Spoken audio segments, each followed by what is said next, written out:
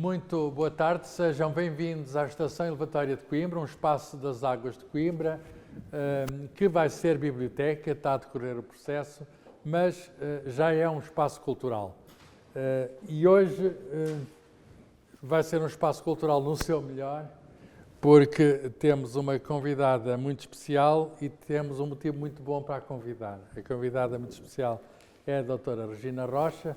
Acho que estamos todos aqui por causa dela.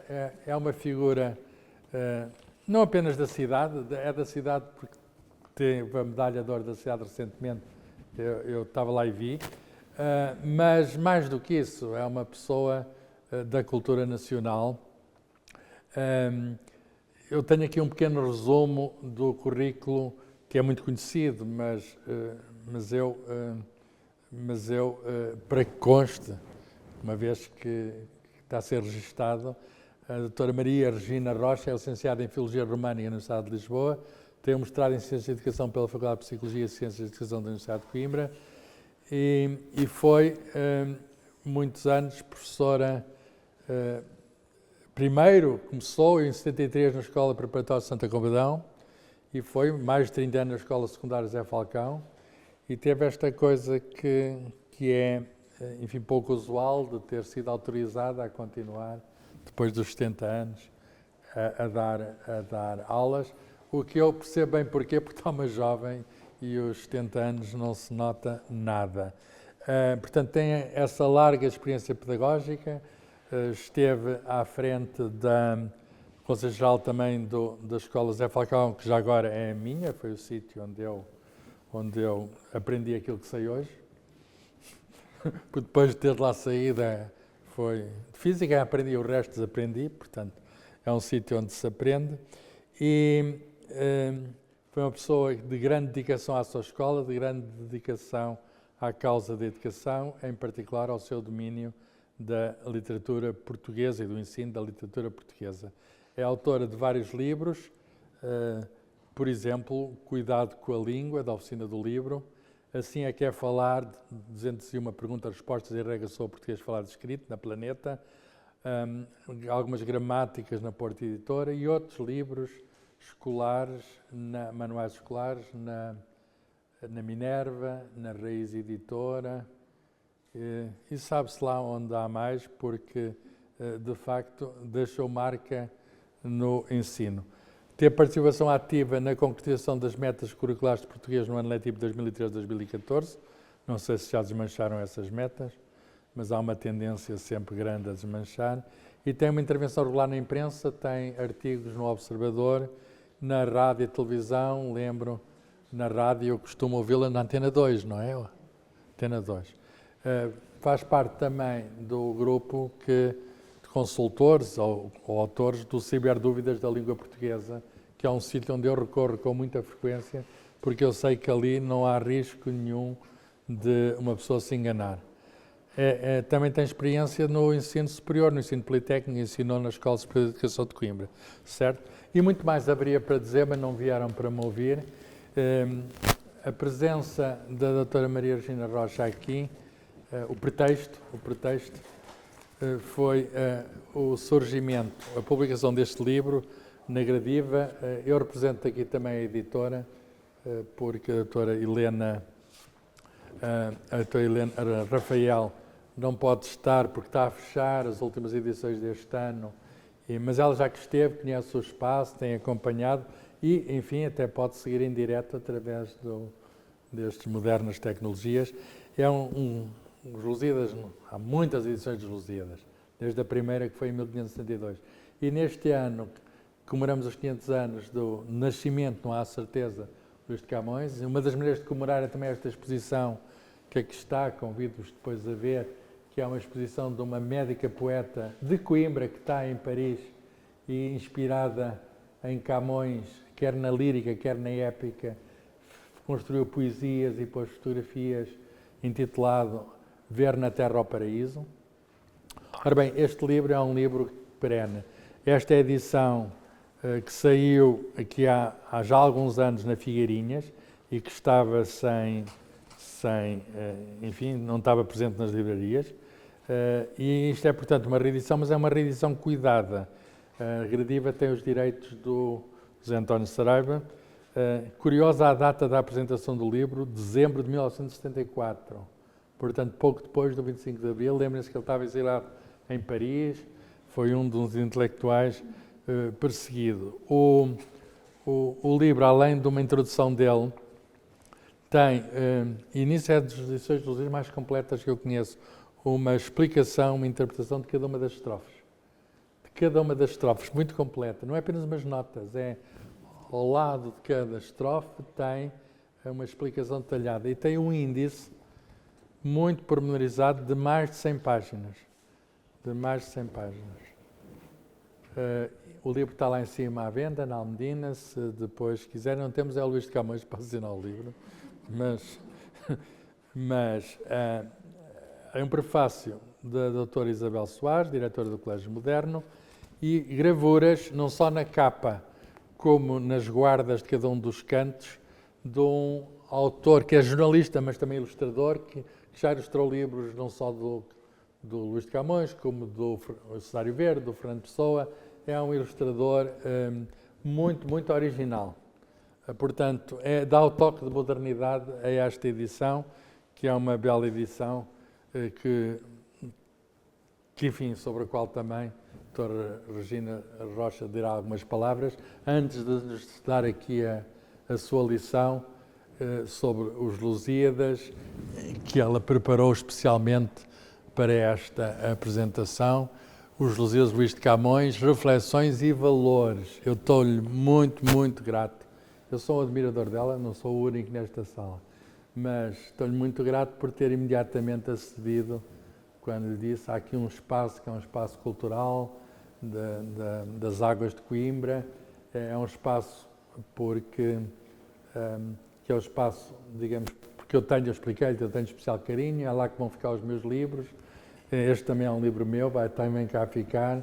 E os livros não gostam de estar sozinhos, os livros gostam de estar com leitores, gostam de estar com pessoas que formam leitores. E acho que o melhor elogio que lhe posso fazer é ela ter formado e continuar a formar tantos leitores, digamos, da nossa querida língua. Obrigado. Eu agradeço muito as palavras gentis do professor Dr. Carlos Filhais, que, enfim, não preciso dizer que são naturalmente exageradas, mas para mim é um prazer estar aqui e um convite do professor Carlos Filhais seria naturalmente aceito com todo o gosto.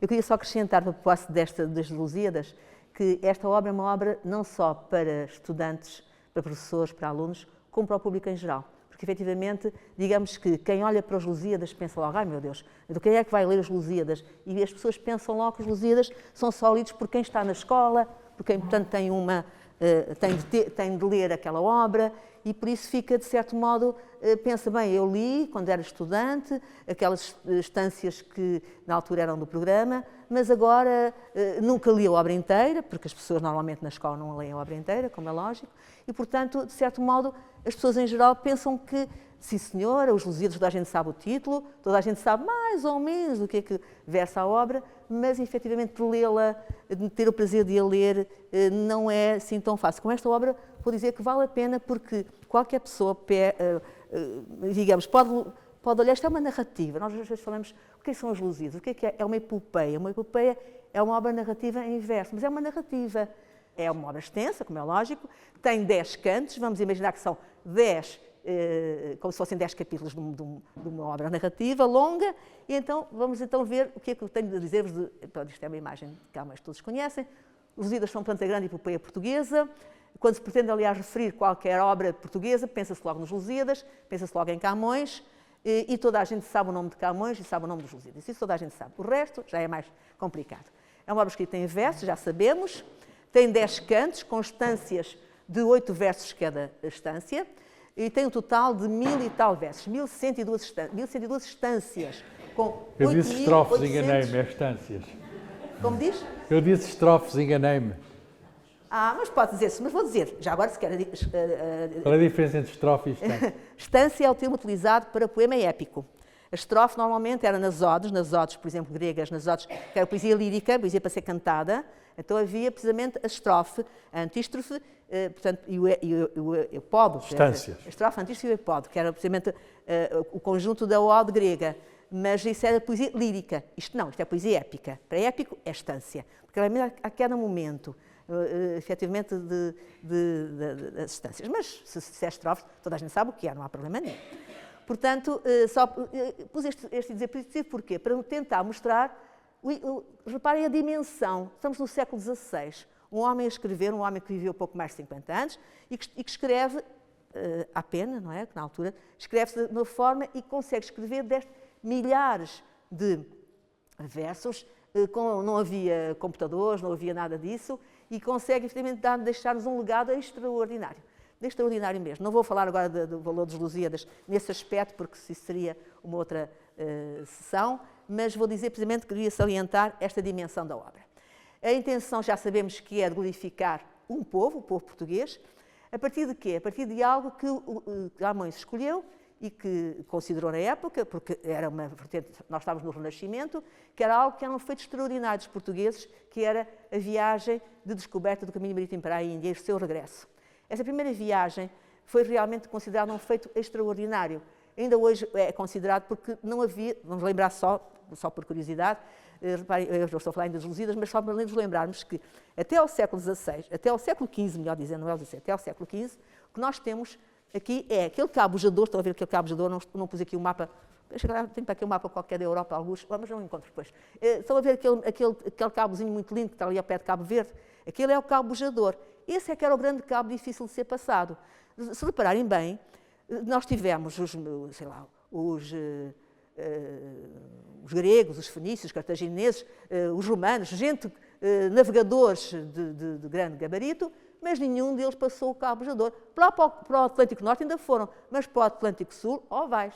Porque, efetivamente, o cabo bujador era difícil de passar. É um cabo muito complicado, porque tem todas as areias que vêm do deserto do Saara. Portanto, ali os navios paravam ali. Depois, se conseguiam passar, quando iam à terra, naturalmente também não tinham possibilidade de reabastecer, porque era deserto por ali abaixo.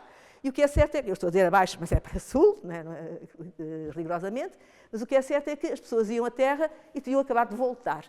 Tinham de voltar para trás porque não podiam, se repararem, os navios portugueses circulavam para sul, por isso é que nós temos os navios, como sabem, temos a proa, a popa, o estribordo e o bombordo. Bombordo é um termo português, porque o bordo bom do lado para nós, portugueses, era o lado esquerdo, que era o lado onde estava a África, onde nós podíamos, portanto, ir fazer aguada. Pôr água, sem água não havia possibilidade de fazer a viagem. E, portanto, daí foi muito difícil. Foi só a 17ª tentativa, no tempo ainda do infante Dom Henrique, que se conseguiu passar ao cabo bujador. Portanto, esse foi um feito que foram os portugueses os primeiros que o fizeram. Ninguém tinha feito antes. E estávamos no século XV, vamos lá dizer a verdade.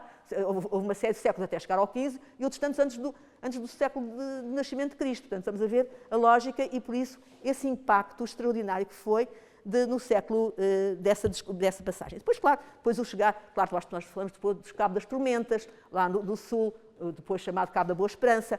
Mas esse Cabo das Tormentas também é difícil de passar, tem muitos problemas, mas não era o problema do Cabo bujador. Mas pronto, voltando assim, o que é que temos então aqui? Temos uma obra em que o poeta vai precisamente dizer que temos um fio condutor, que é o tal cabo bujador, o tal viagem de descoberta do caminho marítimo para a Índia e de regresso, primeira viagem, e ancoradas nessa história que começa do canto primeiro até ao canto 10º, vamos imaginar sempre que isto é isto é uma narrativa, e portanto, ancorado nisso nós vamos ter mais duas narrativas. Vamos ter uma narrativa fantástica, a narrativa dos deuses da mitologia, que vão supostamente interferir nessa viagem, pela criatividade do poeta, e vamos também ter a narrativa da própria história de Portugal, que vai ser introduzida em Andalep, portanto, que vai ser o protagonista dessa viagem, que é Vasco da Gama, que é o capitão da Armada, que em determinado momento da viagem vai contar. Então é isso que nós vamos ter como... Ora, portanto, nós temos a proposição. O que é a proposição? Reparem, a proposição começa assim, com aquele impacto todo, não é? As armas e os barões assinalados, cada ocidental praia lusitana, por mares nunca antes navegados, passaram ainda além da Probana e em perigos e guerras esforçados, mais do que prometia a força humana, entre gente remota edificar um novo reino que tanto sublimaram. É disso que ele vai falar primeiro dos navegadores. E também as memórias gloriosas daqueles reis que foram dilatando a fé, o império e as terras viciosas de África e de Ásia andaram devastando, cantando espalhei por toda a parte, se a tanto me ajudaram a engenhar-te. Reparem, o poeta até duvida que tenha engenhar-te capaz à altura daquilo que ele vai cantar. E depois vai dizer algo, reparem nesta belezinha assim, quando ele vai dizer, cessem, ele vai referir-se àqueles heróis antigos que eram cantados, mas que eram heróis apenas inventados, não eram heróis reais como os nossos. Ele vai dizer, cessem do sábio grego e troiano, é Enéas e Virgílio, vamos falar desses Ulisses e Enéas, que ele vai referir desta forma. Cessem do sábio grego e do troiano as navegações grandes que fizeram. Cale-se de Alexandre e de Trajano a fama das vitórias que tiveram. Que eu canto o peito ilustre lusitano, a quem Neptuno e Marte obedeceram. Cesse tudo o que a musa antiga canta, que outro valor mais alto se levanta. Repare o atrevimento do autor, que vai dizer que Neptuno e Marte, o deus do mar e o deus da guerra, obedeceram aos portugueses. Essa noção de que, logo na abertura, na proposição, diz que Neptuno e Marte obedeceram aos portugueses, é uma valorização extraordinária que ele começa logo por fazer dos Lusíadas. Portanto, vai então cantar isto na obra, e depois começa com a invocação, passa para a invocação, pede ajuda às ninfas do Tejo, depois dedica a Dom Sebastião a obra, e depois então começa com a narração. Se repararem só ali na narração, não sei como é que eu posso fazer isto, é assim, se repararem, tem ali canto primeiro, estância 19, até ao último canto, estância 153. A obra é uma narrativa. Em rigor, este poema não é mais do que uma narrativa que nós temos aqui para saborearmos. Temos o plano da viagem, que é o plano da viagem, já dissemos, a ida à Índia e regresso, o plano da mitologia. O que é na mitologia? A acompanhar este plano da viagem, o que o poeta vai inventar, criar uma história dos deuses que se vão pronunciar sobre se os portugueses devem ou não chegar à Índia. E então os portugueses reúnem-se em concílio e decidem que sim, senhor, que os portugueses têm todo o método para chegar, porque era algo de extraordinário, como eu tentei explicar no início. Bem, e como eles resolvem isso, mas Baco, portanto, Vênus, deusa do amor, Marte, deus da guerra, pai sempre na simbologia, porque associar à nação portuguesa e ao povo português o amor e a guerra, ou seja, a capacidade de luta, a capacidade de descoberta, a capacidade de defender a pátria e o amor sempre relacionado. Mas, entretanto, Baco, deus do vinho, não gostaria nada, não tinha gosto nenhum em que os portugueses chegassem ao Oriente e resolveu então. O que é que vai acontecer? Ao longo da obra toda, temos então este artifício, que é tudo o que acontece de mal aos portugueses é apresentado como intervenção dos deuses. Tudo o que acontece de bom aos portugueses é mérito dos portugueses. E depois os portugueses agradecem a Deus e pronto. Ora bem, o plano da mitologia temos aí, depois temos o plano da história de Portugal, que também vai ser encaixado para precisamente valorizar essa parte, e as próprias reflexões do poeta. Ora, a minha intervenção hoje ia focar precisamente as reflexões e os valores que nós vemos nesta obra. Eu não vou propriamente falarmos porque a maior parte, os Lusíadas canto a canto, o que é que eu queria aqui focar? Portanto, a narração começa então com a referência ao facto da Armada Portuguesa já ir no Oceano Índico, portanto já estão no outro lado da África, digamos assim se possa dizer, e ao Concílio dos Deuses, como eu acabei de dizer, para apoiarem, em que se decide que os deuses vão apoiar os portugueses, mas como o Baco não gostou dessa ideia, vai tentar torpedear e tentar intervir, provocando problemas aos portugueses.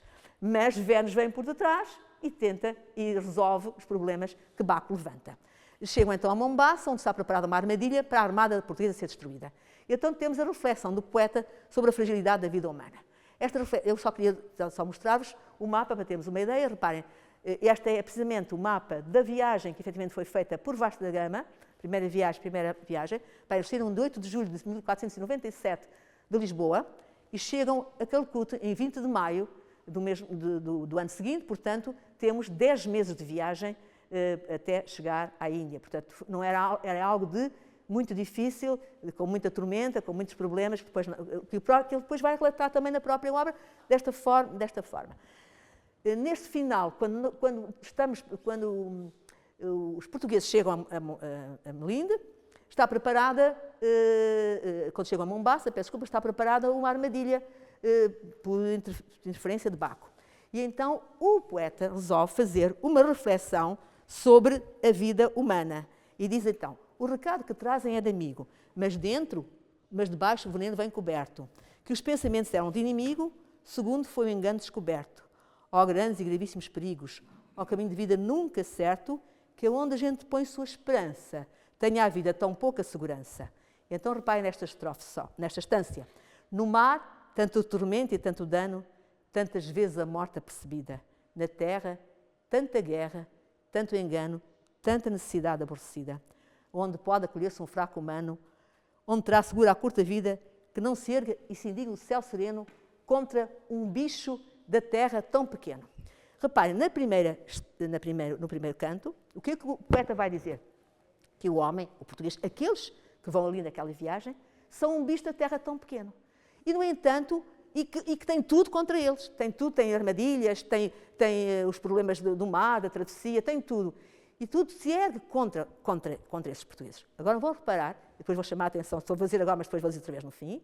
Quando chegarmos ao fim, esta obra que eles vão conseguir ir à Índia e voltar, feito nunca realizado, vai tornar-se com muito maior importância, muito maior dimensão, porque quem o pratica é o tal bicho da terra tão pequeno.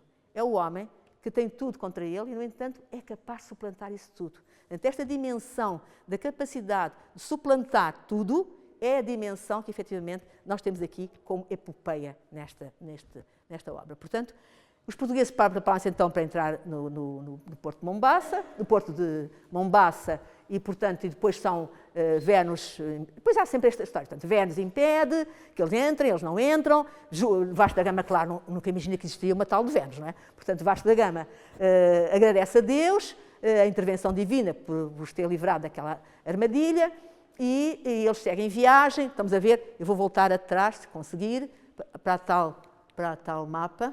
Reparem, Melinde e Mombasa, estamos a ver, Mombasa, em 7 de abril, Melinde, uma semana depois, mais ou menos, não é? Portanto, em Melinde, eles vão ser então bem recebidos pelo rei de Melinde, que quando eles lá chegam, lhes perguntam, mas como é que chegaram aqui? E lhe pede, reparem, o artifício que o poeta vai buscar, pede-lhe então que explique como é que eles chegaram ali, como é que um povo vindo lá da Europa, como é que conseguiu chegar por aquele meio, por aquele processo, porque nunca ninguém tinha passado aquela via de passar, estão a ver precisamente a rota, estão a ver, a linha mostra a ida, não é? Como é que eles passaram para conseguir chegar a este lado, porque eles tinham notícia dos povos da Europa, mas por aqui pela Arábia, por esta zona, nunca contornando o mar. Portanto, tínhamos a Rota da Seda, tínhamos todo esse percurso entre o Oriente e o Ocidente, mas que não vinha por mar, vinha por terra. Portanto, a situação era diferente nesse aspecto. Ora bem, posto isto, então ele pergunta-lhe, e a esse propósito, vamos ver, o que é que acontece? Vasco da Gama, então, resolve contar, e é o pretexto que o poeta tem para introduzir aspectos da história de Portugal que lhe interessa, e onde vai, então, referir ou sugerir os tais valores que eu queria referir. Portanto, Egas Muniz vai, por exemplo, focar Egas Muniz, tempo de Dom Afonso Henriques, como sabem, toda a gente conhece o episódio de Egas Muniz, quando ele, já que Dom Afonso Henriques não cumpriu a promessa em relação ao primo, o próprio Aio, não é? Portanto, Egas Muniz foi ter com o rei de Castela, ele e a mulher e os filhos, é a lenda que se conta, não é? Que é aqui contada, que realmente para cumprir a palavra, já que ele tinha dado a palavra e o seu pupila não tinha cumprido, e, portanto, o valor da honra, o valor da palavra dada, que é aqui notório. Aliás, ao longo de muitos episódios dos Lusíadas, eu só selecionei alguns, nós vamos ver precisamente que valores é que aqui estão. O valor da palavra, o valor da honra é um deles. Quando na Batalha de Ourique, por exemplo, quando sabem que Dom Afonso Henriques, enfim, teve uma vitória numa batalha que não era previsível aquela vitória, então, naturalmente, com a fé natural do povo português, constaria que foi, portanto, considerou-se que foi milagre divino, como sabem, agora só uma parte, esse milagre foi mantido até ao século XIX, foi precisamente com Alexandre Herculano, que o desmentiu, e por isso passou as passas do Algarve, como se costuma dizer, por causa de ter desmentido, porque pertenceu à história de Portugal até essa ideia de que realmente Deus tinha aparecido a Dom Afonso Henriques e tinha permitido a vitória. E isso ficou nos livros de história até ao século XIX, até o nosso amigo, o nosso escritor, ter dito não foi assim, e ter enfrentado a Igreja, que naturalmente não queria abrir mão daquele feito tão jeitoso, digamos assim. Agora ficou mal este jeitoso, mas queria dizer dessa forma.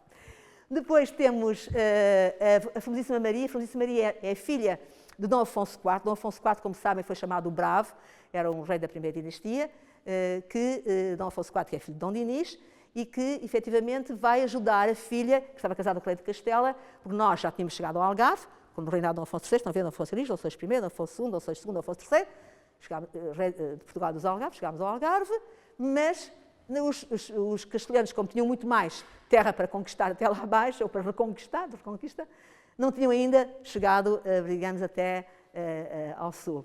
E aí o rei de Portugal foi ajudar o genro, e nessa ajuda da Batalha do Salado, até foi cognominado Bravo, precisamente por causa de todo esse envolvimento e também até da sua generosidade depois, porque, digamos, os despojos de guerra que ele deixou para o genro, pronto.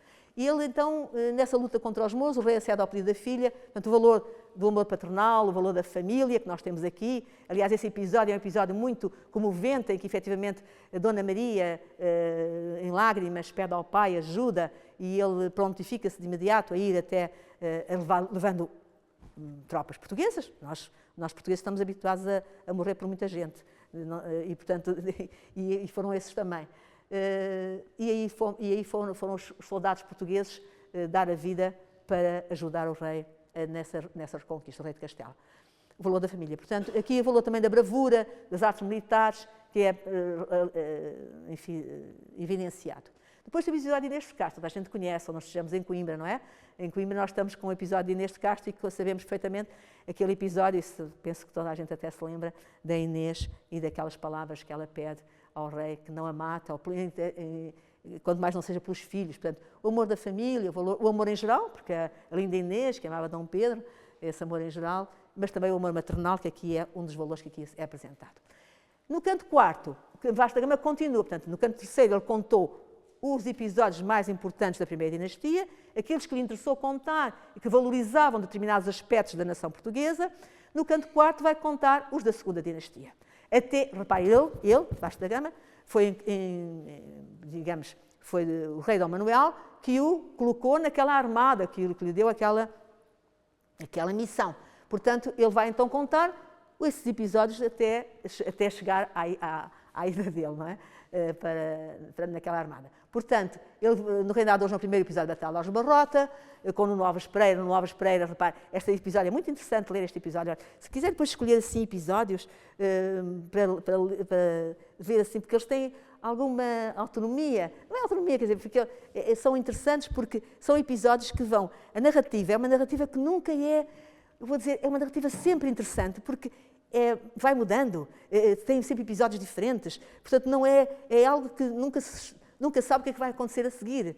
E então nesta do episódio da Batalha de Aljubarrota, quando Nuno Alves Pereira, que como sabem, nós às vezes quando falamos da história, muitas vezes, enfim, simplificamos tudo, mas a Batalha de Aljubarrota foi uma batalha complicada porque não era propriamente, o país estava dividido, havia quem defendesse a causa da Dona Beatriz, da filha do rei Dom Fernando, que tinha morrido, novo, como sabem, mas estava casado com o rei de Castela, portanto seria entregar a coroa portuguesa a Castela, mas havia quem então defendesse a causa de Dom João Mestre Davis. E, naturalmente, o próprio Nuno Alves Pereira tinha irmãos seus do outro lado. E então temos aquele célebre episódio quando ele diz que eles estão, portanto, deu sinal, reparem, este início, deu sinal a trombeta castelhana, horrendo, fero, ingente e temeroso. Ouviu o Monte Artabro e o Guadiana atrás tornou as ondas de Medroso. Olha, reparem nesta belezinha. O Monte Artabro é um monte lá na Galiza. O Guadiana, estão a ver onde é que é, no diagonal oposta. Estão assim a imaginar, não é? Ora bem, reparem, a trombeta castelhana deu sinal. Significava que a batalha ia começar. Naquela altura, as batalhas ainda havia aquele código de honra de se anunciar que se ia atacar. Portanto, os castelhanos dão sinal para a batalha iniciar. E reparem, deu sinal também da questão. Horrendo, fero, ingente e temeroso. Logo 4 adjetivos assim, para mostrar o impacto daquele sinal, que parece que foi ouvido pelo país inteiro. Ouviu o Monte Artabro, o tal monte na Galiza lá. Portanto, e o Guadiana, o outro está no outro extremo de Portugal oposto, na diagonal. Atrás tornou as ondas motorosas, voltou com as ondas atrás com medo. Isto são duas hipérboles que mostram como o impacto que aquela batalha ia ter no destino dos dois países, Portugal e Espanha, portanto, ou seja, e Castelhano, Portugal e Castela, na altura ainda era Castela. Portanto, esse impacto que é dado, que é, bom, eu não ia falar, não ia falar dos recursos expressivos dos Lusíadas, porque é queda distância a um, a dois, há uns interligados com outros, dando uma sugestividade àquilo que é contado, extraordinário. Repare, depois diz assim, correu ao mar o Tejo duvidoso. Olha, o Tejo, estão a ver o Tejo? O Tejo, que é um riozinho que nasce, o maior rio de Portugal, não é? O Tejo que nasce em Castela, que nasce em Espanha agora, que nasce em Espanha e desagua em Portugal, ao ouvir o sinal da trombeta castelhana, o que é que ele faz? Corre ao mar duvidoso. O Tejo está cheio de dúvidas. Porquê? É um rio simultaneamente espanhol e português.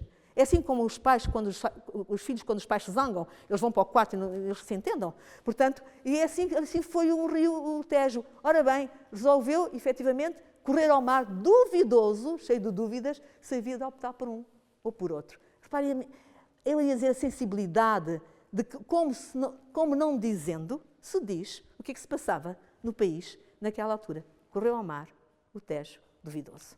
Só para, eu não me perco, eu sei que temos... Está bem. Como é que era? Então temos, portanto, a Batalha de Aljubarrota, depois o rei Dom Afonso V e Dom João II mandaram exploradores por mar e por terra para descobrir novas terras. Depois do sonho profético de Dom Manuel, que sonhou que os portugueses iriam chegar à Índia, que até seriam lá bem recebidos. Portanto, e daí, depois desse sonho, então Vasco da Gama é incumbido por o rei Dom Manuel de capitanear aquela armada até à Índia. E então há as despedidas em Belém. As despedidas em Belém é o amor de mãe e o amor de esposa, quando a mãe diz: ó filho, que eu tinha só para refrigério e amparo da minha velhice, porquê é que tu vais? Portanto, a mãe que se despede do filho, isto as despedidas em Belém, final do canto quarto, precisamente quando eles estão a despedir-se para iniciar aquela viagem. Portanto, o próprio Vasco da Gama está a relatar ao rei de Melinde, e estão a ver que é um relato comovente. Ele está ali, longe da pátria, já há meses de navegação, e então está a recordar-se do sofrimento das pessoas que foram todos ver os navegadores partirem, os familiares, naturalmente, e até ao discurso de uma mãe e discurso de uma esposa, precisamente apelando a que eles não fossem.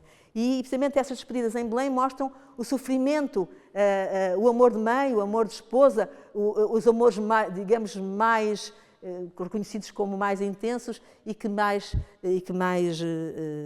enfim, sofrimento causam, quando há esta separação. Depois o episódio do Velho do Restelo. Já ouviram todos falar do episódio do Velho do Restelo? No episódio do Velho do Restelo nós temos um velho. Dizer que o episódio do Velho do Restelo é um episódio interessante. Muito interessante porquê?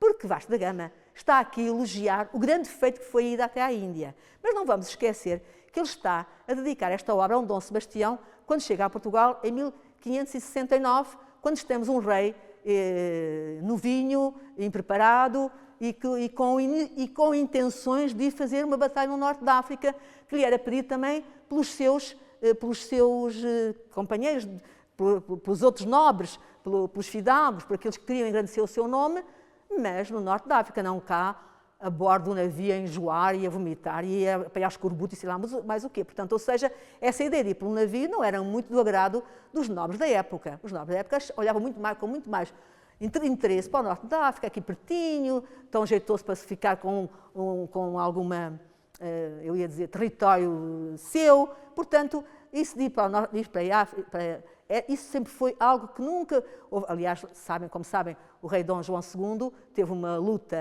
enfim, tenaz, no que diz respeito à sua perspectiva da expansão ultramarina em relação ao norte da África, não é? Mas lá está, este episódio do Velho do Restelo, reparem como ele diz assim, o Velho do Restelo diz, é um velho, está ali, a armada está a sair, reparem, vamos imaginar a cena, e ele diz: ó glória de mandar, ó vã cobiça dessa vaidade a quem chamamos fama, ó fraudulento gosto que se atiça com uma aura popular que honra se chama. Então vai dizer precisamente, Glória, tu já não fizeste, já não causaste sofrimento a mais, já não causaste problemas, por tua causa, por querer a glória, por querer sempre algo mais, é que o homem, efetivamente, pôs um barco no mar, é que o homem quis voar e por isso caiu no mar Egeu. Ou seja, ele vai buscar todas as tentativas que o homem fez ao longo da história até aquele momento, em que o homem se quis sempre ultrapassar. Mas depois ele termina assim, o próprio Verbo do Restelo. Mas que não há nada que efetivamente a humana geração deixe por tentar. Mísera sorte, estranha condição. Desde o tempo do paraíso, desde Adão e Eva, que o homem efetivamente sempre quis ir mais longe, sempre quis tentar tudo. Aliás, a este propósito, às vezes eu costumo referir aos meus alunos a questão da alegoria do Gênesis e da alegoria do paraíso, não é? Como nós sabemos, vamos falar nessa alegoria só um bocadinho. Adão e Eva estavam no paraíso, felizes da vida, tinham vida eterna, não precisavam de trabalhar para comer, tudo estava à disposição deles, exceto uma árvore. A árvore que era a árvore do fruto proibido, a árvore proibida. Portanto, vamos só simplificar, não é? A serpente terá tentado a Eva, que comeu o fruto da árvore do paraíso. Como é que a tentou? Se comeres do fruto desta árvore, saberás tanto quanto Deus. Ora, esta é a marca do homem. O homem quer saber tanto quanto Deus. E por comer do fruto da árvore da sabedoria, o que é que lhe aconteceu? Perdeu o paraíso, teve de ganhar o pão com o suor do seu rosto e passou a ser mortal. Como sabem, depois isto, pronto, não vou falar agora de religião, nem da crença católica, não vou focar isso, mas, como sabem, a vinda de Cristo à Terra, quem é crente do catolicismo, sabe que é precisamente, de certo modo, Cristo veio à Terra para quê? Para nos dar novamente, para dar a quem acredita a vida eterna, não é? Portanto, ou seja, ao morrer para nos salvar, para que nós voltássemos a poder ter o paraíso. Portanto, de certo modo, do qual tínhamos sido expulsos por Deus por termos pecado, não é? Essa é a ideia mas voltando à ideia daqui do Velho do Restelo, é esta, é que o homem, a marca do homem é esta, é que nunca se conforma com os limites que estão com os limites que tem. Portanto, ele quer ser Deus. Melhor dizendo, ele quer saber tanto quanto Deus. Ora, saber tanto quanto Deus tem um preço, o sofrimento e a morte. Porquê que acontece? Adão e Eva teriam de sofrer para ganhar o pão com o suor do seu rosto, não é? E tinham a morte.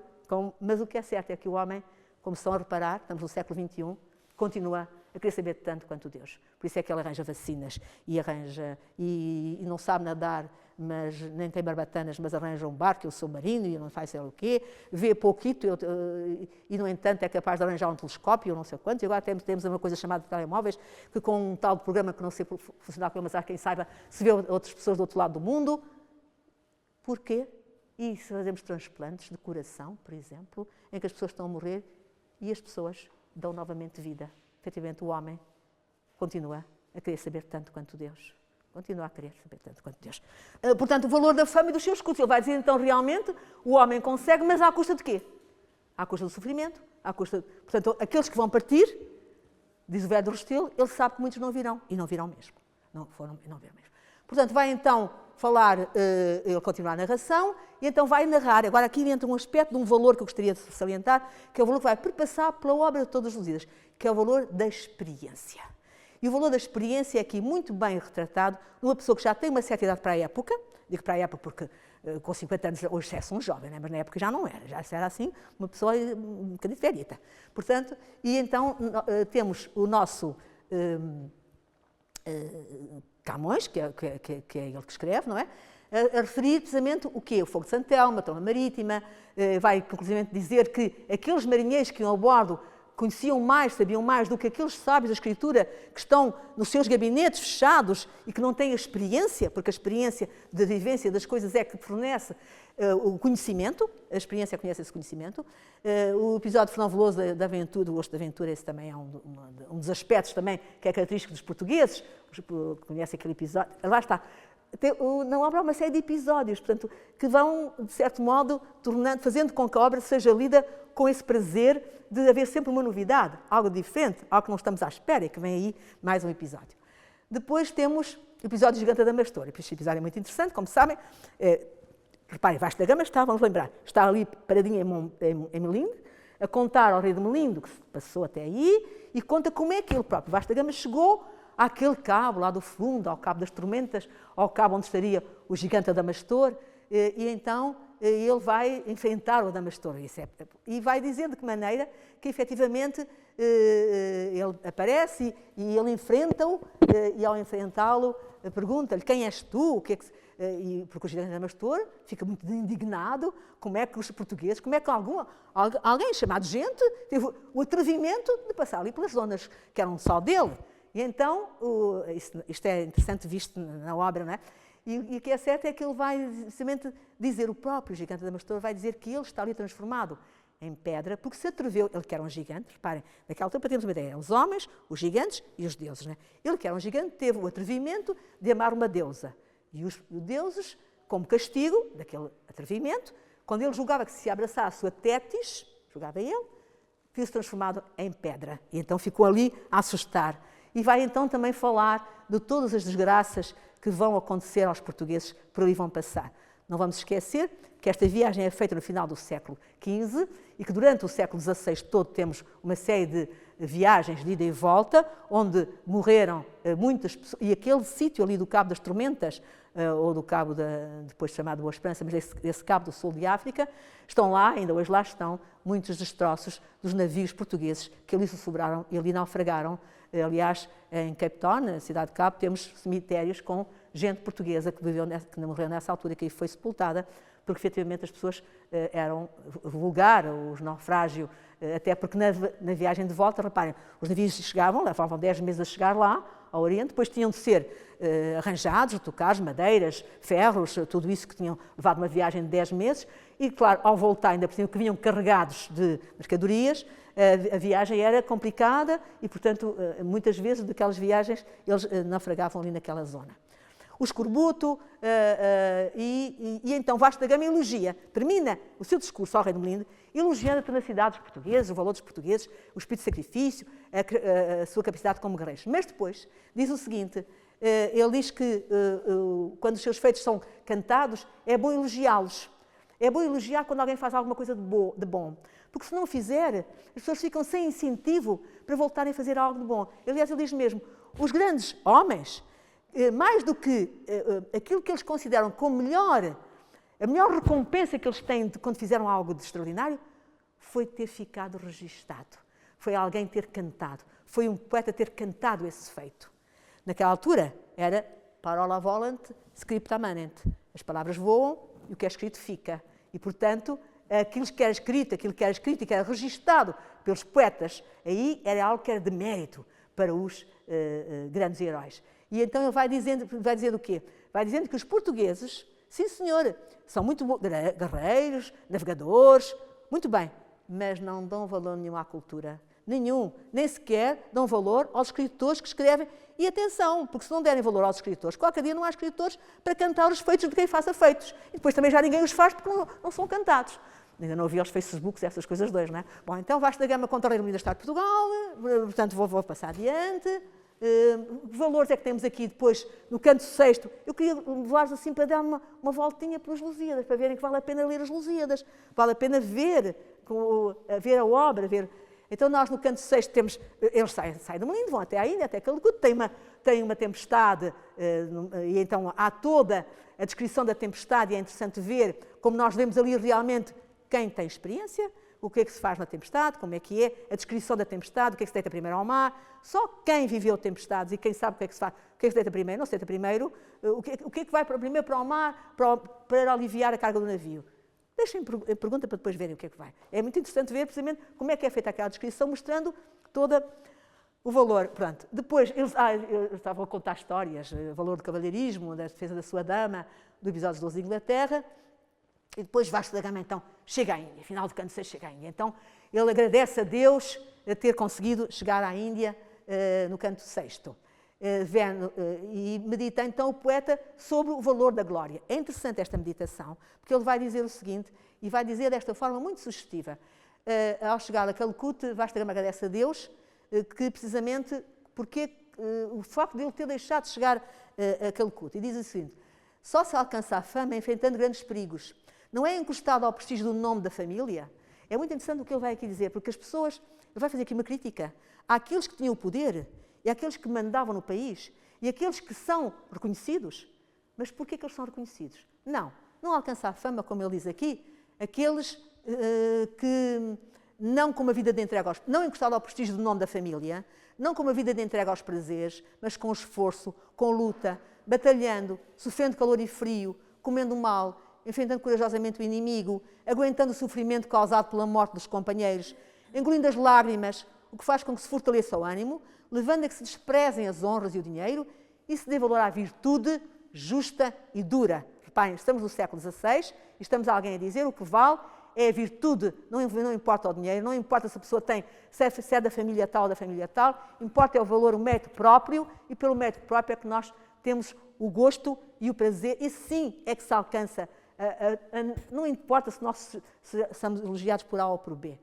Reparem, os portugueses na Índia estabelecem contacto com os agentes da região, portanto fazem as suas trocas comerciais, entretanto o poeta faz uma reflexão sobre a sua própria vida, uma reflexão amarga, em que diz que muitas das suas, que ao longo da vida tem cantado e tem escrito a senhores poderosos e afinal não tem recebido deles aquilo que merecia, ou seja, há aqui uma reflexão amarga sobre o facto de em Portugal não se dar valor, mesmo quem governa, quem está à frente, não reconhece o valor de quem é culto, de quem tem esse valor. E começa também a criticar aqui aqueles que estão junto do rei e que do rei novo, que tentam aproveitar-se dele para os seus próprios privilégios. É um dos aspectos que ele foca. Isso não mudou nada, está igual. Como? Está igual, não mudou nada. Pronto, eu estava a falar dos valores para nós termos uma ideia mais ou menos como é que é. Quem tem, pronto... Entretanto, o Catual tinha chegado, só para dizer este bocadinho, quando as naus, eram 5 navios, quando elas acostaram, o que é que acontece? Puseram as bandeiras com figuras, também, outra vez outro pretexto para contar a história de Portugal. E então vai ser contado ao Catual factos ainda, outra vez, da história de Portugal, para também de valor, não é? Mostrando o heroísmo, o patriotismo. Entretanto, Baco, o tal Baco, lembra-se a história paralela, que os deuses andavam lá por lá, enfim, aparecem de vez em quando, então Baco era o tal deus que ia fazer as tropelias para ver se os portugueses não conseguiam o que queriam. E então Baco resolve fazer com que Vasco da Gama seja preso pelo Catual. É preso e é trocado, isto foi verdade, por um navio inteiro que já estava prontinho para partir, então a mercadoria tem de sair para ir para o Catual, corrupção, essa coisa que não existe hoje, felizmente, não é? Não, isso já não.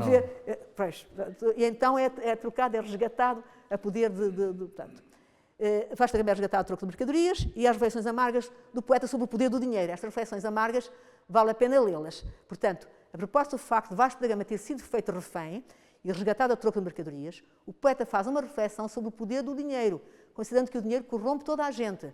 Depois de apresentar exemplos da história da antiguidade, que o comprovam, refere claramente que o dinheiro corrompe os amigos, fala ser traidores e falsos, os nobres, as virgens, os cientistas, os juízes, levando a interpretar discricionariamente os textos, fazendo e desfazendo leis, reticências dos reis, tornando-os tiranos, e os próprios membros do clero. Ou seja, aqui, depois vale a pena ler.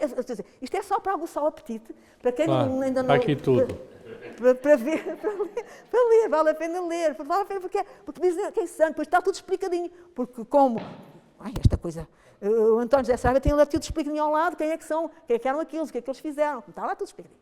Portanto, depois, pronto, vêm-se embora, regressam, então quando regressam é preparada uma ilha para receber, e então agora vou falar-vos. Lembram-se da primeira reflexão que foi feita, que é aquela reflexão do homem que é um bicho da terra tão pequeno. Olha só um bicho da terra tão pequeno, que reparem, o que é que vai ser? No fim, ele vai dizer assim, a determinado momento, o poeta, atenção que Vênus, Júpiter, os deuses, não foram mais, na antiguidade, do que homens ilustres, mas que, como eram tão grandiosos, os seus contemporâneos consideraram-os deuses. Digamos, não eram mais do que homens que, pelos seus méritos, se tornaram deuses. Então vai dizer, os portugueses então vão aqui, os Lusíadas, ter uma recompensa. Vão poder, ao regressar, aportar a uma ilha imaginada, a Ilha dos Amores, onde estão as deusas à espera deles.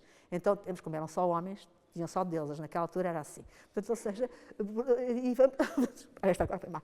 Ora bem, portanto, eu ia dizer então o quê? Que, efetivamente, nós temos portanto, Vasta Gama venceu Adamastor. Vasta Gama que venceu Adamastor, o que é que vai ter? Vai ter como recompensa a companhia de Tétis, que tinha sido negado ao Adamastor. Digamos, a vitória de Vasta Gama sobre o Adamastor dá-lhe como recompensa, eles, reparem, homens, gigantes e deuses, como eu tinha dito, não é? Então o homem passa ao plano dos deuses. Tal vista da terra tão pequeno, pelo seu feito extraordinário, chega ao plano dos deuses, é-lhe dado como recompensa a compartilhar com os deuses. Compartilhar com os deuses, precisamente, portanto. E então ele exorta o poeta, mas eu tenho de focar este finzinho.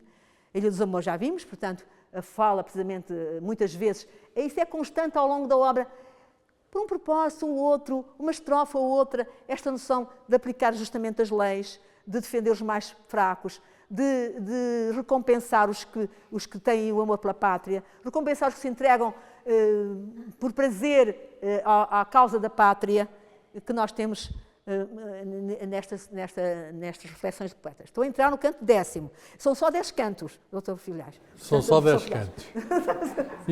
Imagina que o Camões tinha escrito mais, eu não conseguia chegar a Lisboa esta noite. Que mal! Ora bem, depois podem ler o que quiserem, mas no canto 10º vai refletir amargamente o poeta sobre a pátria, que está mergulhada na cobiça e na inércia e não sabe recompensar quem a serve bem. Exorta Dom Sebastião para que dê valor a quem merece. Ele mesmo diz precisamente que Dom Sebastião está rodeado de gente que não sabe o que está a fazer. Não diz desta maneira tão direta como eu estou a dizer, mas quase. Então, vou só mostrar, quando eles chegam, a viagem que fizeram. Reparem, dos 148 homens que integravam a armada de Vasta Gama, apenas 55 sobreviveram e regressaram à pátria. Portanto, 2/3 dos homens pereceram nesta viagem.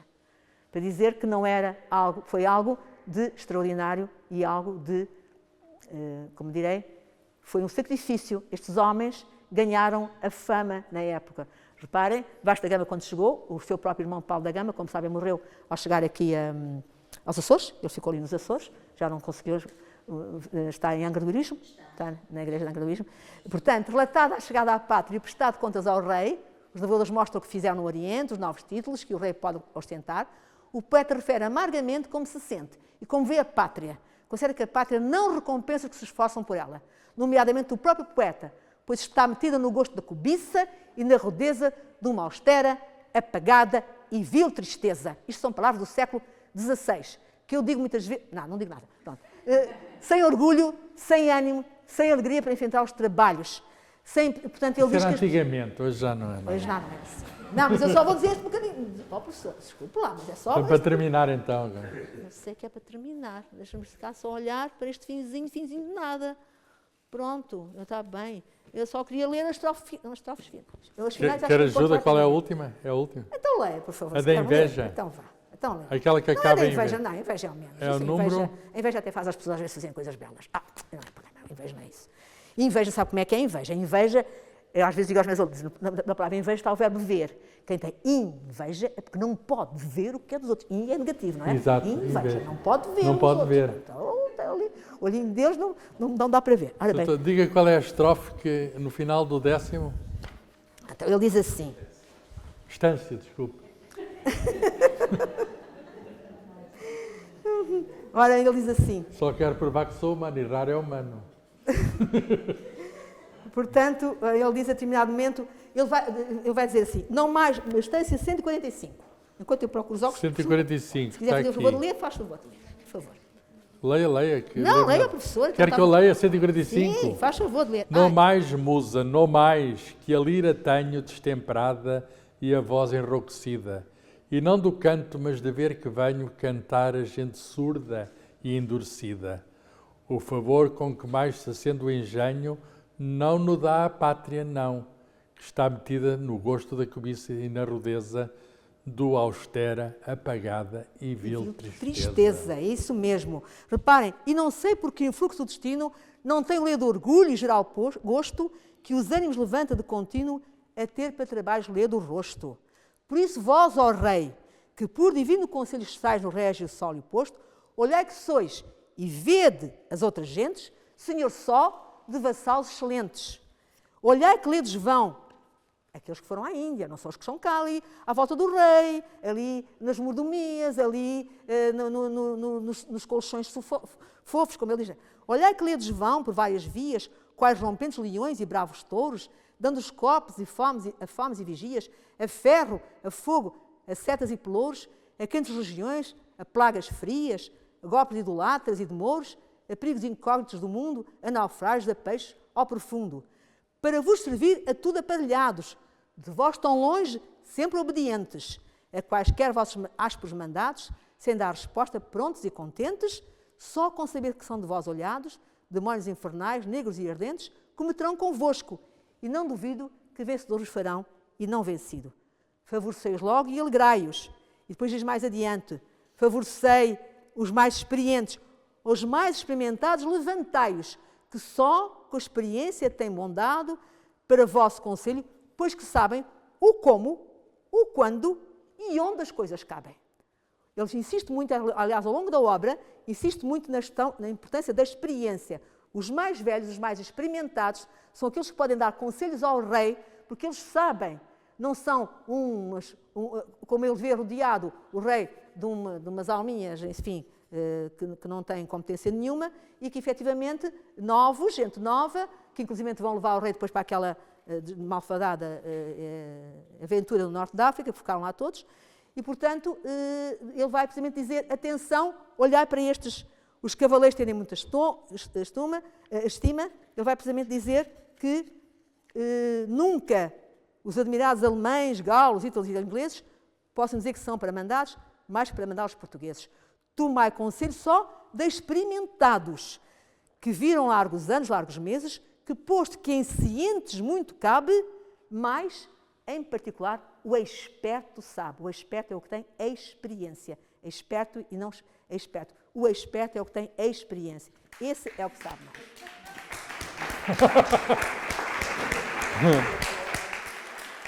Peço desculpa, eu falei demais, já sei, professor. Eu só queria... Muito obrigado. Vou ser muito franco convosco. Eu tenho mesmo de estar às 9h30 em Lisboa. Não consegue, só se voar. Vou conseguir sair já, mas podem cá ficar e, quer dizer, a falar com a Sra. Doutora Regina Rocha. Eu gostaria tanto de continuar, mas tenho de entrar em direto na televisão a essa hora. E vou conseguir sair agora. Vocês perdoem-me. Não, muito gosto. Não é... É uma... Não, mas eu já falei tudo. A nossa doutora que chegou em primeiro lugar, se quiser tomar aqui o meu lugar e continua a conversa, aqui com a nossa querida doutora Regina. Muito obrigada. Muito obrigada. Obrigada, professor. Obrigada mesmo.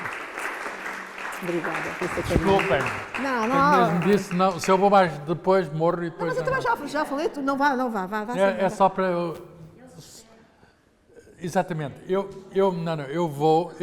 tomem conta da sessão. A sério, a sessão é vossa. Não, a sessão já está. E se houver alguma pergunta... Agora as perguntas são das pessoas que quiserem fazer perguntas. Eu já disse, já falei demais. Então, obrigado. Deus, obrigada.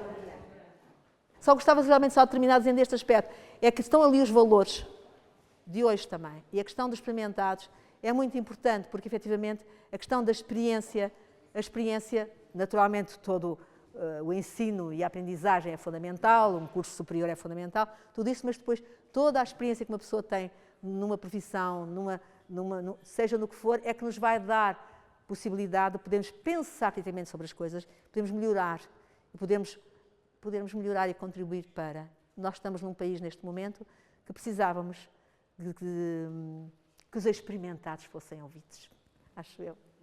Porque há muita gente que efetivamente tem experiência, não precisa ter idade, mas não precisa ter também, que tem experiência que poderão também contribuir. E todos os outros valores que aqui aparecem, se virem bem, eu só foi assim uma amostragem, eu só queria... Não sei se vos macei, falei muito, não foi? Foi um bocadinho. Assim que o professor Carlos Filhais não está cá, falei um bocadinho demais, não foi? Não explicar, todas as questões sejam colocadas Penso que todas irão ser respondidas e está passado para o Fausto.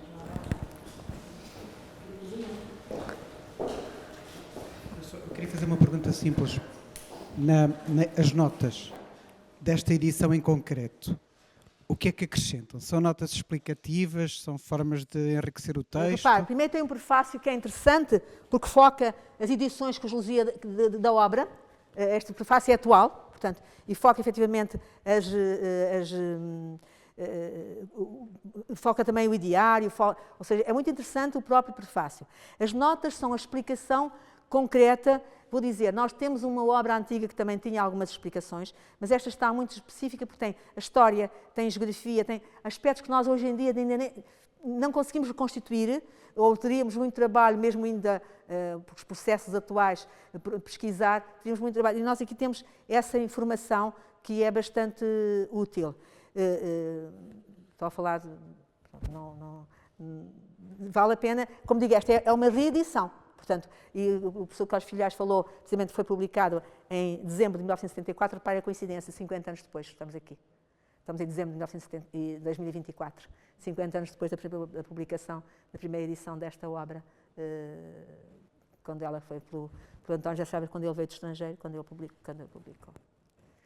Mais? Outra pergunta? Eu o que queria dizer é que todas as vezes que a Regina, por exemplo, foi fazer Obrigada. Todas as vezes que foi fazer formação ao meu serviço, não é? À Escola Secundária Avelar Brotero, esta foi mais uma vez em que animou os Lusíadas, em que nos incentiva a nós que estamos a trabalhar a obra no 10º ano, geralmente é no 10º, era 12º, foi mais uma lufada de ar fresco, foi mais uma dinâmica sobre a obra. Ela tem lá tudo, a obra tem os valores todos. Os nossos jovens podiam ler esta obra que eles ficavam ali com tudo. Temos aqui tudo, é uma obra muito completa. E a Regina, mais uma vez, falou dela com um dinamismo, com um gosto, com uma animação, de facto, que é fora do comum. Acho que toda a gente que ouve a Regina falar de Lusíadas ou de qualquer outra obra literária lhe dá vontade de conhecer e de ler, claro. Obrigada, eu agradeço imenso, claro, eu aprendo sempre imenso com a Regina, desde há muitos anos, e é sempre um gosto também ouvi-la. Não é lisonja, é a pura verdade. Eu agradeço muito. Era só isto mas que eu queria vou dizer. só dizer que falta-me passar um último diapositivo, sabem qual é? Desculpem-me, é que falta aquela coisinha que eu devia ter, mas não sei onde para passar o diapositivo. Está onde? Na minha carteira? Na cadeira. Não, só vos vou mostrar, só por curiosidade, este mapa. Eu fotografei isto é um quadro que está no registro civil, ao pé do Hotel Dona Inês, ali é o registro civil, lá para ali.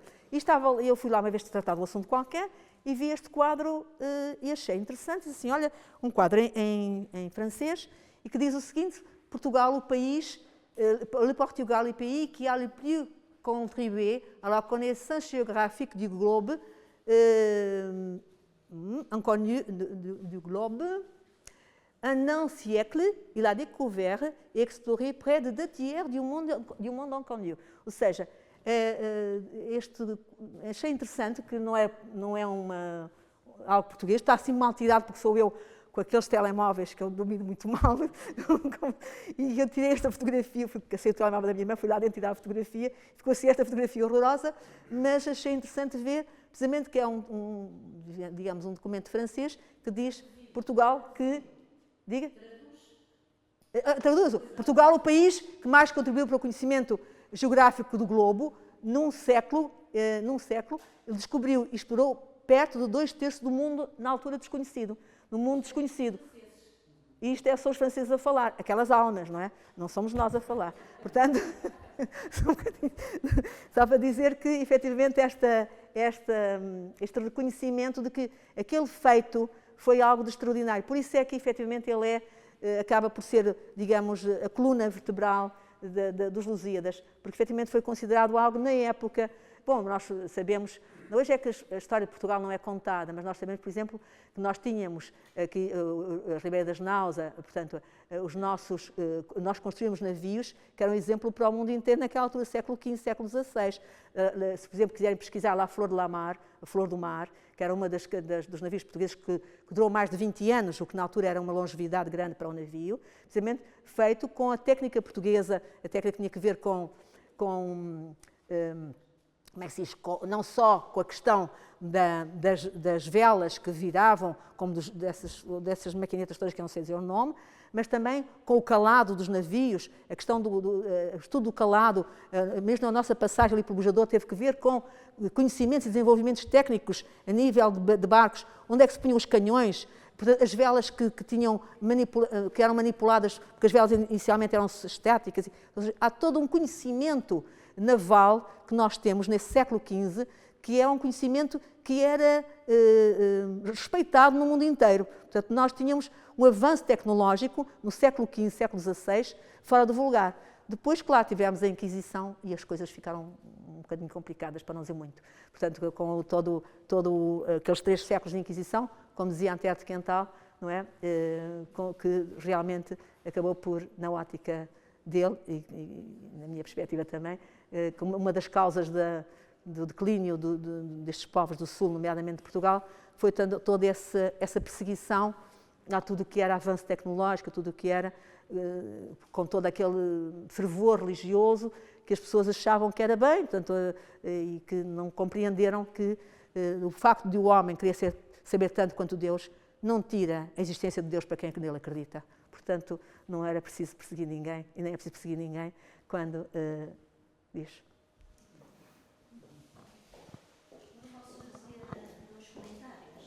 Com os que quiseres. Muito obrigada. 2 comentários.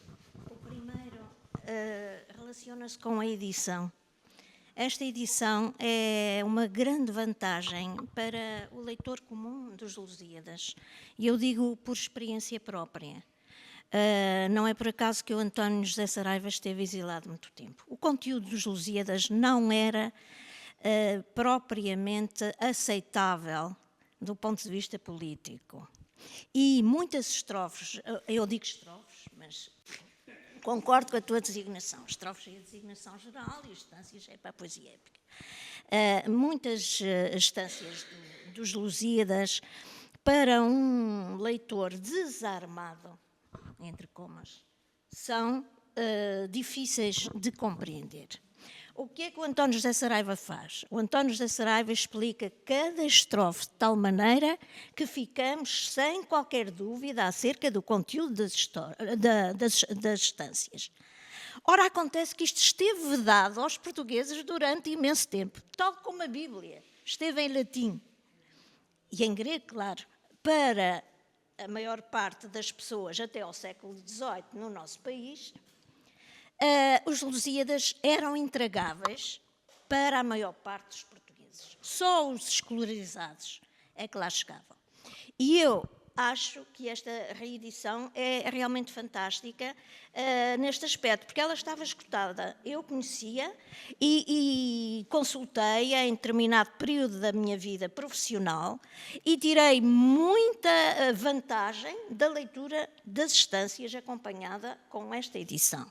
Eu usava a do Emanuel Palma Ramos, que já é muito boa, mas é preciso andar à frente e atrás. Aqui os comentários estão na lateral, é realmente muito cómodo. Por outro lado, quem queria fazer história com os Lusíadas e quem queria fazer história da literatura, não lhe convinha que o António José Saraiva pusesse a claro os Lusíadas, não é verdade? Isto foi mais ou menos um fruto proibido na literatura portuguesa, penso eu, mas isto é a minha opinião.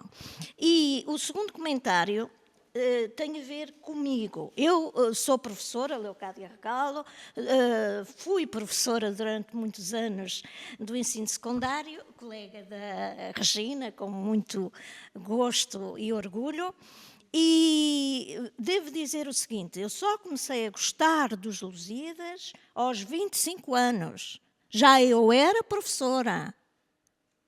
E tive que estudar muito, muito a sério e com muito apuro determinadas estrofes para perceber bem o que lá estava.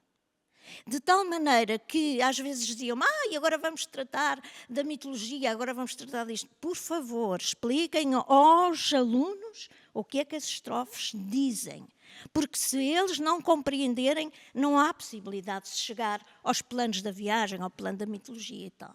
Começava-se pela estrutura e depois é que se chegava ao fundamento.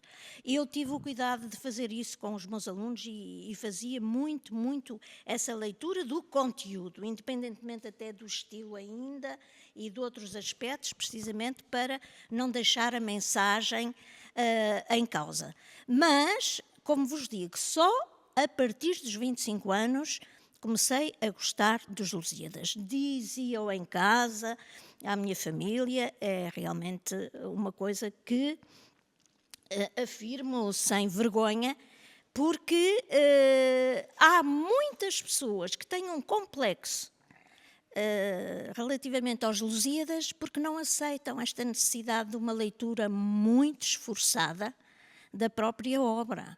Isto não é realmente literatura light, não é? De forma nenhuma. É preciso dispor-nos a estudar, enfim, vários planos, tanto da linguagem, como do estilo, como da mitologia, etc. E não me vou alongar mais, porque outro dia estive num festival literário e ouvi um escritor que é relativamente conceituado, de um país africano, que dizia que nunca tinha lido os Lusíadas. E eu fiquei, enfim, com os cabelos um pouco no ar. Mas ele afirmou, a lírica eu leio, mas os Lusíadas eu nunca os li. É intragável. Portanto, falava-se de Camões como realmente um escritor que não é propriamente acessível. E, portanto, o que eu quero dizer é que estas edições, e nesse aspecto acho a edição que não, penso eu, que ela estava esgotadíssima. Esta é uma edição que pode salvar muito leitores, sobretudo leitores das áreas, enfim, que não são as nossas, que eu compreendo perfeitamente, de qualquer área, para compreenderem bem o que lá está escrito. Porque a palavra ministros no século XVI não significa o que significa hoje, significa criados. Pronto. E quem não souber isto, quer dizer, corre numa interpretação erradíssima, não é? Mas não digo, desculpem. Eu vejo-me totalmente nessa análise. Eu li quando fui obrigada, no 5º ano, e não voltei a ler, vou ler agora.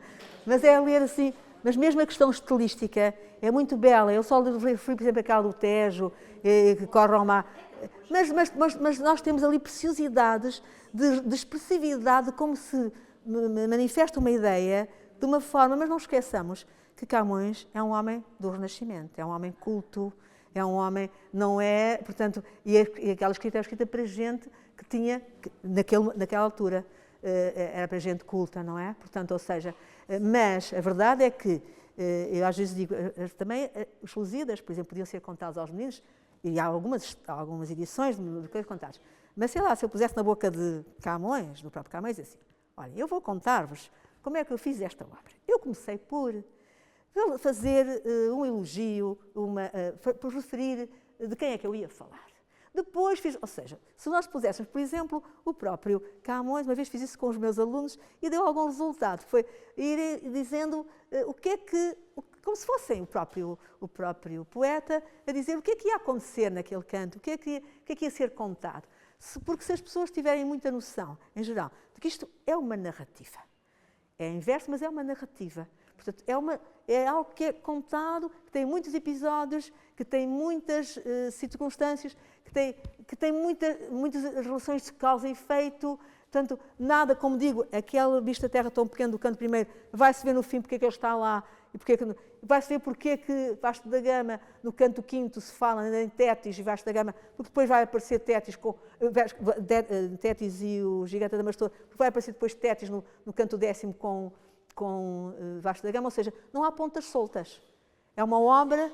Estás com 74 anos e passaste a vida a ler os Lusíadas. Não, eu li outras coisitas, além dos Lusíadas. Depois, quando se faz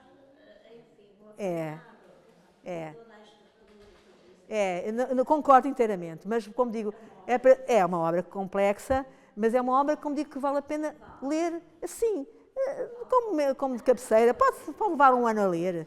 Reparem, se levar um ano a ler é menos tempo do que o Camões levou a escrever. Portanto, levar assim, olha, hoje vou ler umas 2 ou 3 instâncias e ver o que é que eles me dizem, talvez com uma orientação. Esta edição penso que permitirá, e mesmo este prefácio também está muito interessante, a explicação. É verdade. Sim?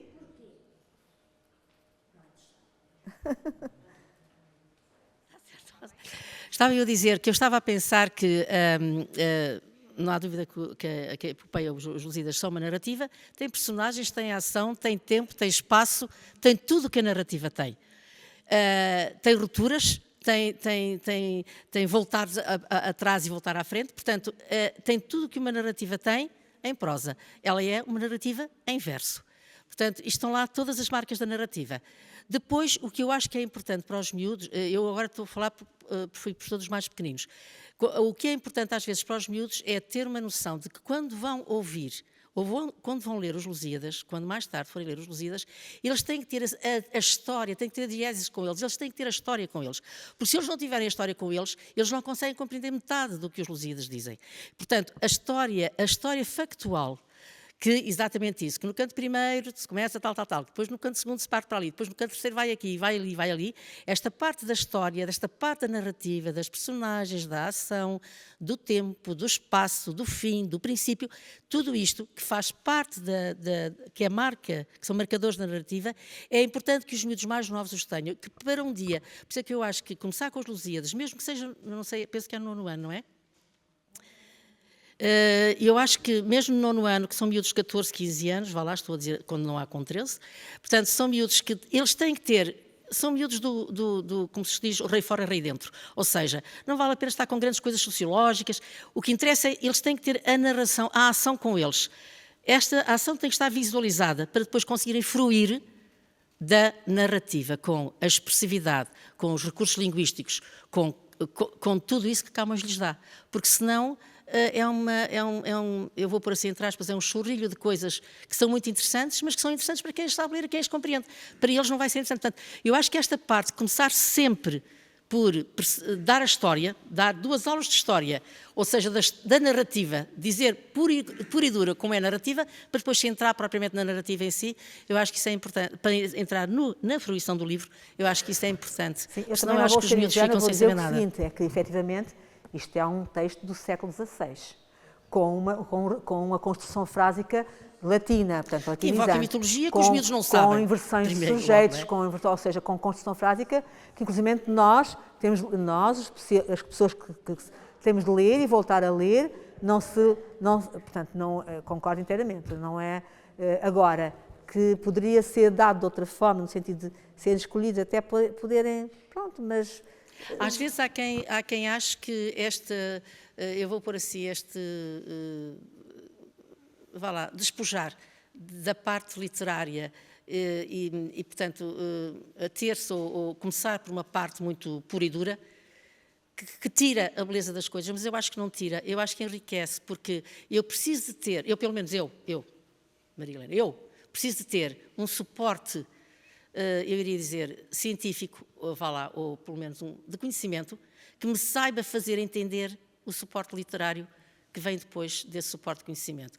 Camões teve que saber aquilo para o ter escrito, da maneira que escreveu, como é lógico, assim, da maneira excepcional como escreveu, nenhum escreveu, não é? Mas, portanto, o que eu acho é que é necessário ter um suporte do que se passou, dos factos, inclusivamente da mitologia, quer dizer, ninguém sabe, portanto, quando chega ao 9º ano, os mesmos não estudaram mitologia, portanto, saber o que é Vênus, Neptuno, Marte, porque é que o Deus da guerra, o Deus do mar, o que é isso do Deus da guerra e Deus do mar, e porque é que o Deus da guerra e o Deus do mar estão ligados à história de Portugal, porque é que isto porque é que isto aparece nos Lusíadas? Eu acho que esta parte factual e pura e dura tem de ser dita para depois se fruir da parte literária, porque senão a parte literária, eu vejo que mesmo as minhas colegas, mesmo alguns colegas de português dizem assim, ai meu Deus, eu lembro de coisas, era só orações para trás e orações para a frente. E eu fico assim meia atrapalhada quando ouço isto, porque penso assim, eu devo ter tido um professor excepcional, porque realmente, e tive uns professores excepcionais de português. E isso fez-me também, eu já naquela altura gostei dos Lusíadas, mas eu acho que gostei também porque eles fizeram essa parte, eu ia dizer de sapa, ou seja, essa parte de bastidor que eu acho que é importante para os miúdos perceberem a obra. E depois de perceberem a obra naquilo que dá-se em 2 aulas, depois então podem fruir da leitura da obra, porque senão eu acho que não é orações, que agora não serão orações, mas é uma data de adjetivos que ninguém entende porque é que lá vêm, porque é que o Tejo está duvidoso, porque é que o Guadiana corre para trás com as águas, ou atrás, como é que se diz, recua as águas Medroso. Sim, por exemplo, o Tejo porque é que o Monte Cantábrico que está lá em Espanha, ou Espanha, nesta casa, em Castela, porque é que se ouve a trombeta castelhana em Espanha. Portanto, toda esta dimensão, ninguém sabe se não souber a história e a geografia, acho eu. Que sou axista, já agora, no país dos xismos. Não, muito bem, muito obrigada. Queria dizer alguma coisa? Nos deixou aqui um excelente contributo pedagógico que nos ajudará certamente no tratamento desta obra e na sua abordagem junto dos alunos. Diria que Regina Rocha e os Lusíadas casam muito bem. Aliás, eu diria mais. E porquê? Justamente a Regina, todos nós estivemos aqui a ouvi-la e ninguém, pelo menos eu não me sinto cansada, não vejo cansaço em nenhum rosto e estivemos aqui 1 horinha a ouvi-la. Mas estivemos e estivemos a ouvir falar de uma obra que contém 10 cantos, que é complexa, que está centrada em momentos fundamentais da história de Portugal. E ela fala com uma clareza, com uma riqueza de conteúdo, enfim, que é absolutamente cativante. Diria mais, a Regina exemplificou aquilo que a doutora Helena acabou de referir. E por isso é que nós a acompanhamos com esta facilidade toda, porque do ponto de vista não é só o conhecimento científico, é também o suporte didático que faz com que nós, como a colega começou por dizer, a colega está ali à frente, nós tenhamos sempre um prazer, sintamos sempre um prazer imenso de a ouvir, porque saímos todos enriquecidos. E sim, tem razão, esta obra tem muito valor justamente pela ajuda que tem na banda lateral e que é importante para alunos e para professores. Muito obrigada pelas suas palavras. Eu não posso, agora tenho de bater palmas a quem fez esta reedição. E olha, despedimos-nos então. Eu só tenho que agradecer-vos a vossa presença, o vosso carinho e as vossas palavras. E até uma Próxima. Até à próxima. Não fazemos muito por obrigada. menos. Até à próxima. Obrigada. Ana Sebastião, o máximo, minha querida. Obrigada. A Regina é que é o máximo. Não, é o máximo. Minha querida. Obrigada. Obrigada, Mel. Ter vindo aqui com estas...